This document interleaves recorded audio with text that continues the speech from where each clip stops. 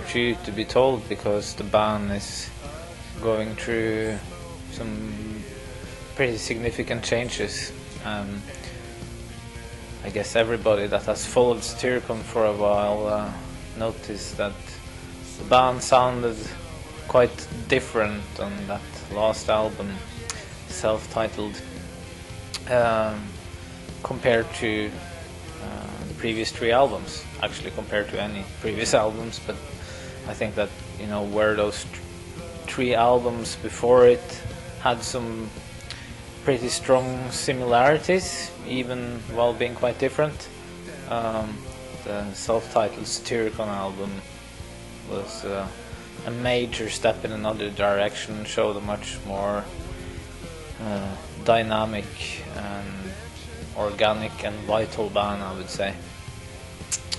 And given what we achieved and what we discovered in the process of making that album, we have tried to, you know, make use of those possibilities that we felt were presenting themselves to us in the aftermath of the album and all the work that was put down in it. So we have tried to make the band even more dynamic. We are jamming a lot, and we apply methods that we haven't really done before. The band feels and sounds quite different. It's very motivating for us as musicians to operate a bit more freely, and it's very much in our creative spirit to do it that way. But I think that we have needed to go through many different processes to get here. We needed to go through, you know, that structuring and composing process that we had with those previous albums, where we really learned to master classic songwriting. We also need, you know, the processes with those 4 albums before that. And with the Satyricon album, we finally got to bring dynamics into Satyricon, you know, to have a wider spectrum, and the low key as well as the high key parts were suddenly there, and that's something we want to build upon, and we want that to be a much more significant part of the band. So Satyricon now in 2015 is much more creative and dynamic and much more diverse and more unpredictable than we were on that part, or on that point where you talked to the band last in 2012. Really, you know, what we have started doing in 2012 is something that has a major impact on what is happening.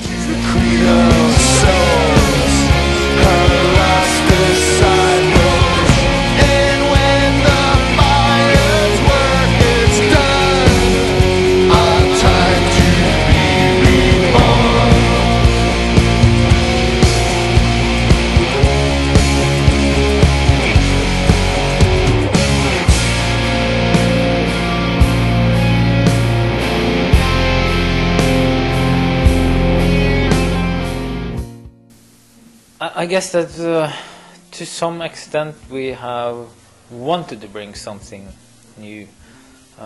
With the Satyricon album, we definitely wanted to let dynamics become a much more integrated part of what we do.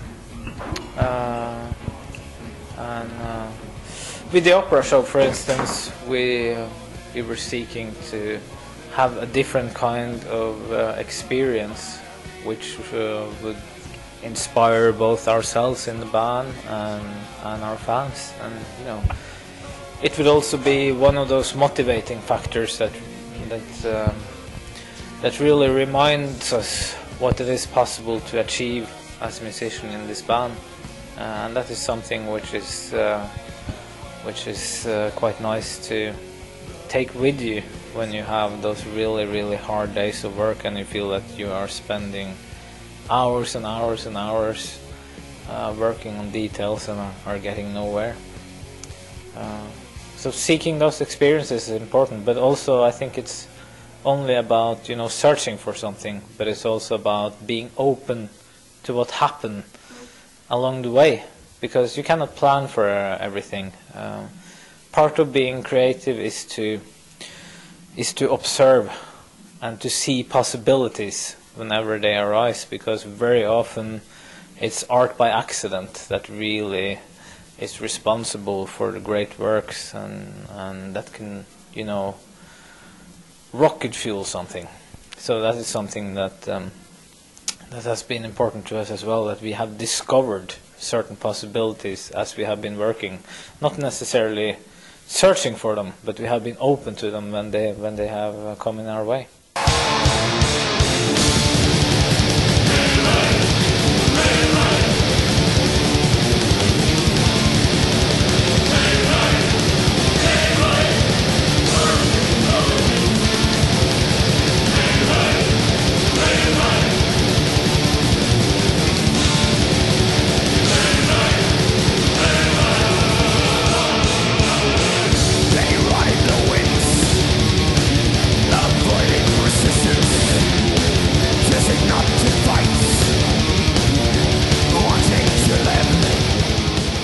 Yeah, I could give you a long explanation and a short one, but I have been pretty long in my answers hitherto, so let's go for the short version, which is that we got to perform one song with the opera chorus at a particular event in 2012.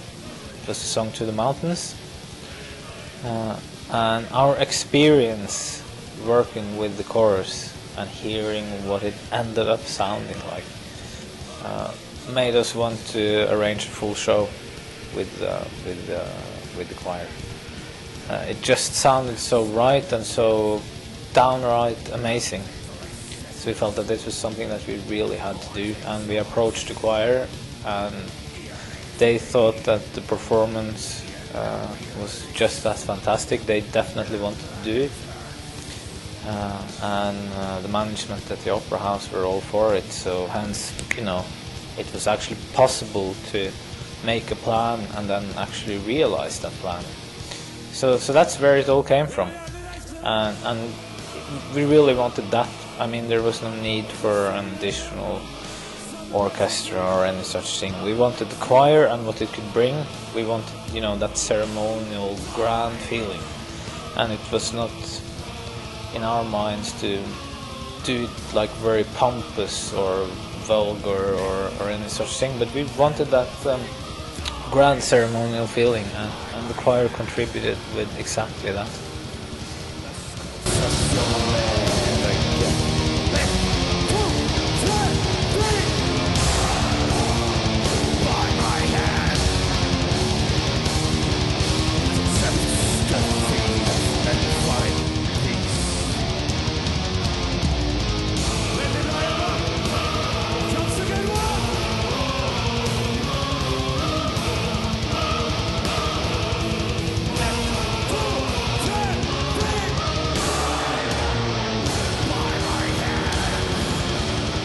Yeah, with a little twist on it, because it points to that song, which we also perform on this tour. But you know, the twist in the name indicates that it also refers to a new era of Satyricon.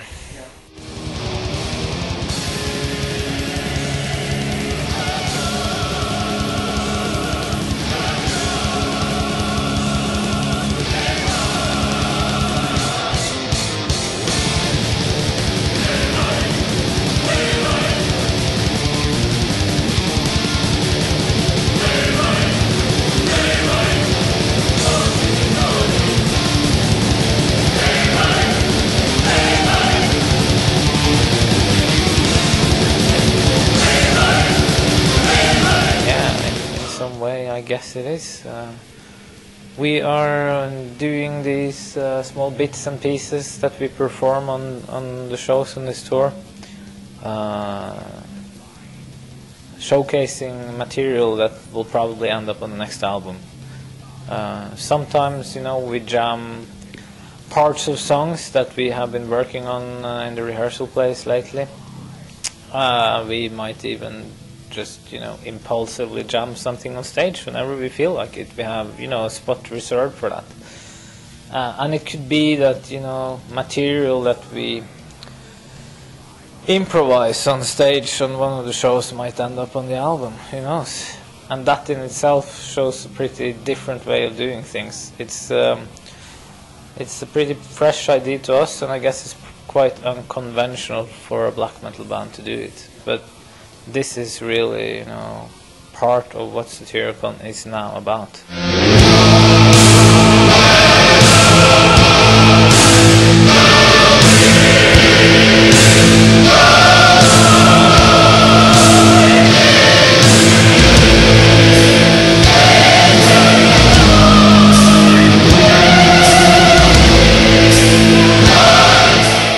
I think that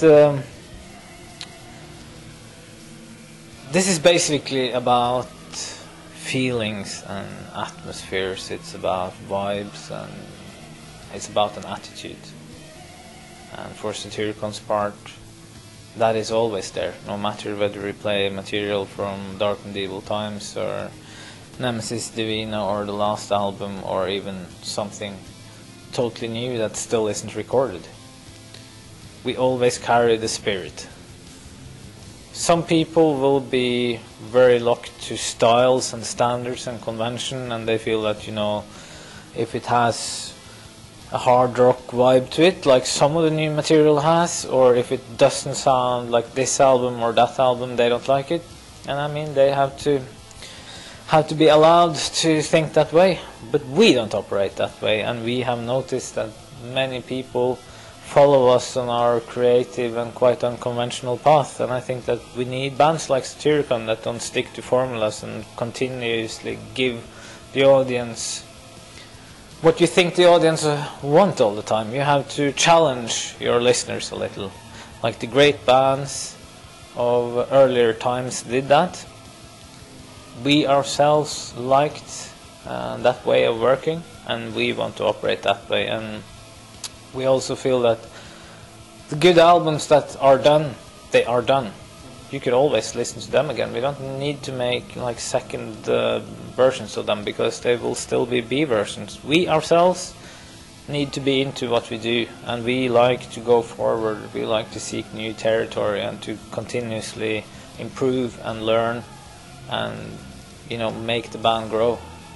And sometimes people follow that evolution. Some people will dislike it, and that's something you just have to deal with. We see, though, that most people actually seem to appreciate that creative spirit that we show also as a live band, and that's something that makes us want to continue with what we do. With the wind. Satyricon has made a lot of new material now. We have been jamming in our rehearsal place a lot for many months.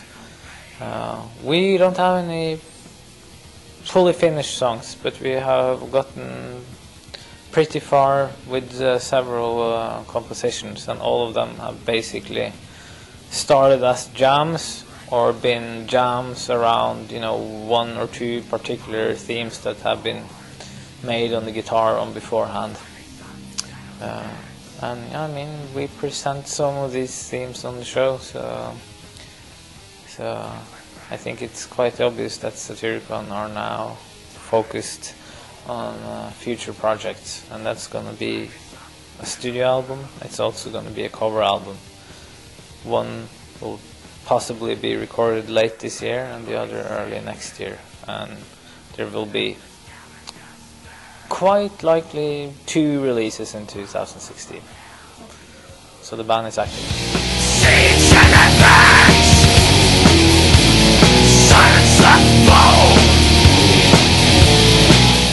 I think that, you know, there has been a very, very great development, and we have come far. We have achieved a lot that we could hardly dream of. But we have been ambitious and determined all the way, so we felt even in the beginning that, you know, we would really reach somewhere with this project. We were certain about it.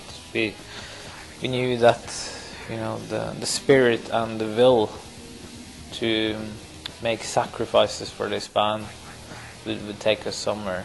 How far and where it would be impossible to tell.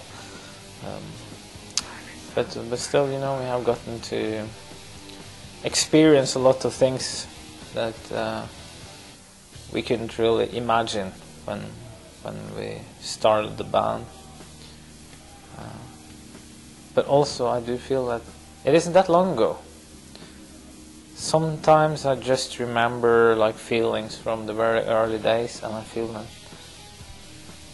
25 years, is that such a short time? I mean, 25 years ago we imagined that like if we were able to bring the band to exist for 10 years, it would probably develop into something like totally crazy, you know, because we were certain that there would be a continuous development in the band, and we imagined that like what you can achieve in 10 years must be something astronomical because it's such a long period of time. But it now turns out that, you know, you need several years even to fulfill quite small processes the way we see it now. So nowadays I don't have any illusions of, you know, what can be achieved in this or that time. Let's just work and see how far we can bring it. That's the attitude now.